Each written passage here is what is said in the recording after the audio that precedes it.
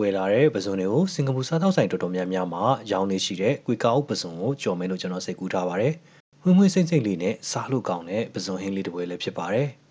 ။ကြက်ဥတွေဝယ်တဲ့အခါမှာအခုလိုမျိုးစက်ကူပူလေးဒါမှမဟုတ်ရင်မိမိမှာရှိတဲ့ပူလေးနဲ့ထည့်ခြင်းအပြင်မလိုအပ်တဲ့ပလတ်စတစ်ကိုကျွန်တော်တို့ရှော့ချပေးနိုင်ပါတယ်။အသားငါးတွေဝယ်တဲ့အခါမှာဆိုရင်လည်းမိမိအိမ်မှာရှိတဲ့ဘူးတွေကိုပြန်ပြီးတော့အသုံးပြုခြင်းအပြင်တစ်ခါသုံးပလတ်စတစ်အိတ်တွေကိုအသုံးပြုခြင်းကိုလည်းကျွန်တော်တို့ရှော့ချပေးတာဖြစ်ပါတယ်။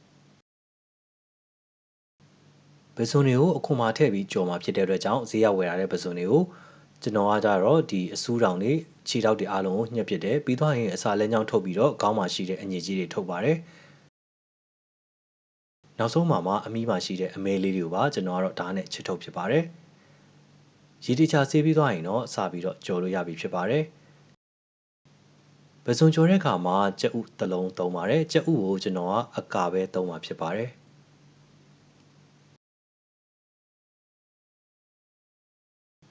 ပစုံတွေကိုကြော်ဖို့အတွက်ကြက်ဥအကာတစ်လုံးစားအနှင်းငယ်ဂျုံမုတ်နှစ်စွန်းနဲ့ပြောင်းကုန်မုတ်တစ်စွန်းလောက်ထည့်ပါတယ်ဒါမှမဟုတ်ရင်လည်းကျွန်တော်တို့အကြော်မှုတ်ကိုလည်းစားထိုးလို့ရပါတယ်အမှုတ်တွေကိုလူးတဲ့အခါမှာဆိုရင်မုံနှစ်ရည်လိုမျိုးလှုပ်ရှားမလို့ပဲနဲ့အခုလိုမျိုးအမှုတ်တွေကမညီမညာလေးကတ်နေတယ်ဆိုရင်တော့ရပြီဖြစ်ပါတယ်ပစုံတွေကထုံးစံတိုင်းမီးထီရနဲ့ချက်ပါတယ်ဒဲဟိုထဲမှာစီကတော်တော်လေးပူမှပစုံထည့်ပါထည့်ပြီးသွားရင်ကျွန်တော်ကတော့ချက်ချင်းလေးကိုမလှန်နေပါဘူးဒဲဟိုကိုပဲလှုပ်ပေးခြင်းအပြင်ပစုံတွေအောက်ခြေမှာမကတ်တော့ဘူးဆိုမှကျွန်တော်ကနောက်တစ်ဖက်ကိုလှန်ပေးလိုက်ပါတယ်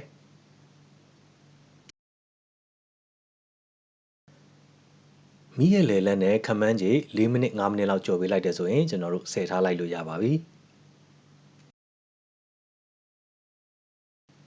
ပစုံတွေနဲ့တွဲကြော်ဖို့အတွက်ကွေကာအုပ်အမှုတ်ကိုစပြီးတော့ဆက်ပါမယ်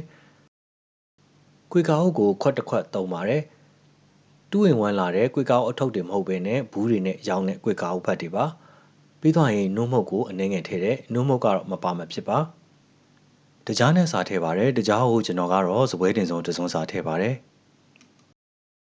နောက်တစ်ခုကကြတော့ကြက်သားမှုတ်ကိုအနှဲငယ်လေးထည့်ပါတယ်အကိမစားရင်လည်းမထည့်လို့ရပါတယ်အားလုံးကိုတမမှွေပြီးသွားရင်တော့ကွေကာအုပ်အမှုတ်လေးရပြီဖြစ်ပါတယ်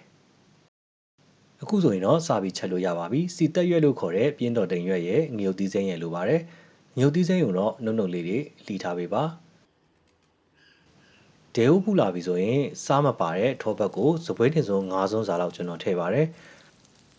ထောပတ်အနံ့လေးမွေ့မွေ့လေးရတယ်ဒီဟင်းရဲ့အဓိကဖြစ်တယ်လို့တော့ကျွန်တော်ထင်ပါတယ်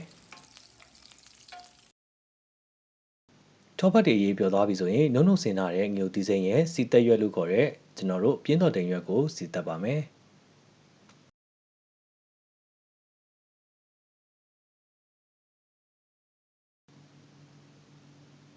ကွေကောင်းမှုတ်တွေမထည့်ခင်မှာကျွန်တော်ကတော့မီးကိုအသေးဆုံးလေးထားပါတယ်။ဘာကြောင့်လဲဆိုတော့မီးများရင်အခက်မသိရင်ဒီကွေကောင်းအမှုတ်လေးတွေကတူးသွားနိုင်ပါတယ်။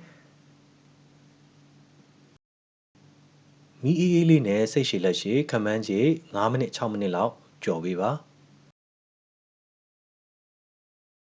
ကွေကောင်းဖက်လေးတွေအယောင်ပြောင်းပြီးတော့ကျွတ်လာပြီဆိုရင်တော့ခုနကကြော်ထားတဲ့ပစုံတွေကိုထည့်ပြီးတော့လုံးပြီးတော့ရပြီဖြစ်ပါတယ်။ဒါဆိုရင်တော့အရသာရှိတဲ့စင်ကာပူစတိုင်ကွေကောက်ပစုံကျော်လေးကိုသုံးဆောင်နိုင်ပြီဖြစ်ပါတယ်ခင်ဗျာ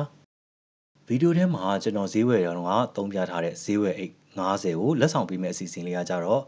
ပလတ်စတစ်အိတ်ကိုအသုံးမပြုဘဲနဲ့ဈေးသွားဝယ်တဲ့ဓာတ်ပုံတွေကိုရိုက်ပြီးတော့မိမိရဲ့ Facebook wall ပေါ်မှာ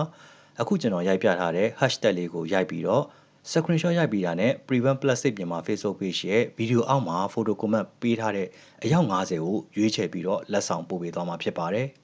ဒီစီစဉ်လေးကိုဒီနေ့ကနေစပြီးတော့ဇူလိုင်လ9ရက်နေ့ထိပါဝင်နိုင်တာကြောင့်ပလတ်စတစ်အိတ်လေးတွေကိုပြစ်ပြီးတော့ချစ်စရာကောင်းတဲ့ဈေးဝယ်အိတ်လေးတွေနဲ့လမ်းနိုင်ဖို့အတွက်ဒီ giveaway မှာတကယ်ချင်းအားလုံးပါဝင်ဖို့ကျွန်တော်ဖိတ်ခေါ်လိုက်ရပါတယ်ခင်ဗျာ